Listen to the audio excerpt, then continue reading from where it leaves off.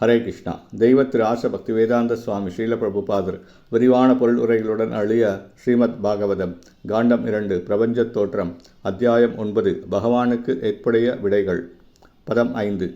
ச ஆதி தேவோ ஜகதாம் பரோ குருஹு ஸ்வதிஷ்யம் ஆஸ்தாய சிஷ்ருக்ஷயக்ஷத தாம் ஞாத்யகச்சத் த்ரிஷம் அத்ர சம்மதாம் பிரபஞ்ச நிர்மாண விதிர்யயா பவேத்.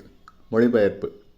முதல் ஆன்மீக குருவும் பிரபஞ்சத்திலேயே உயர்ந்தவருமான பிரம்மதேவரால் தமது தாமரை ஆசனத்திற்குரிய பிறப்பிடத்தை கண்டுபிடிக்க இயலவில்லை. ஜட உலகை படைக்க வேண்டுமென்று அவர் சிந்தித்த பொழுது அதற்கான சரியான மார்க்கத்தை அவரால் புரிந்து கொள்ள முடியாதது மட்டுமல்லாமல் அத்தகைய படைப்பிற்கான முறையையும் அவரால் கண்டுபிடிக்க முடியவில்லை. பொருளுரை.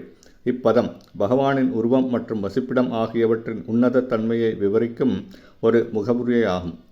பரமபுருஷர் மாயாசக்தியின் எவ்வித களங்கமும் இல்லாமல் தமது சொந்த வசிப்பிடத்தில் வாழ்கிறார் என்று ஸ்ரீமத் பாகவதத்தின் துவக்கத்தில் ஏற்கனவே கூறப்பட்டுள்ளது.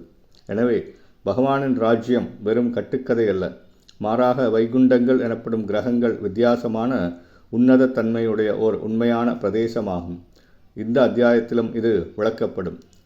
இந்த ஜட உலகிற்கு மேலே வெகு தூரத்தில் உள்ள ஆன்மீக வெளியையும் அதன் உபகரணங்களையும் பற்றிய இவ்வறிவை பக்தி கொண்டு அல்லது பக்தியோக முறையால் மட்டுமே அறிய முடியும்.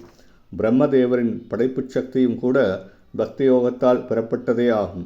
படைக்கும் விஷயத்தில் பிரம்மதேவர் குழப்பமடைந்தார். தமது சொந்த பிறப்பிடத்தை கூட அவரால் கண்டுபிடிக்க முடியவில்லை. ஆனால் இவ்வெல்லா அறிவையும் அவர் பக்தியோகத்தின் வாயிலாக முழுமையாக அடையப்பெற்றார். பக்தியோக முறையால் ஒருவன் பகவானை அறிய முடியும்.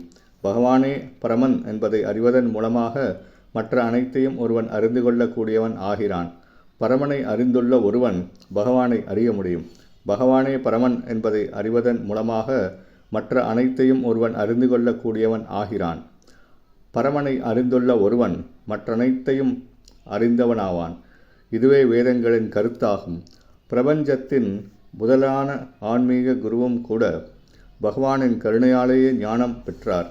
எனவே பகவானின் தயவின்றி வேறெவரால் அனைத்தையும் பற்றிய பூரண அறிவை பெற இயலும். அனைத்தையும் பற்றிய பூரண அறிவை தேட ஒருவன் விரும்பினால் அவன் பகவானின் கருணையை நாட வேண்டும். இதற்கு வேறு வழியில்லை. தனது சொந்த முயற்சியின் பலத்தால் ஒருவன் அறிவை தேட முயல்வது வீணான கால விரயம் மட்டுமே ஆகும். ஹரே கிருஷ்ணா.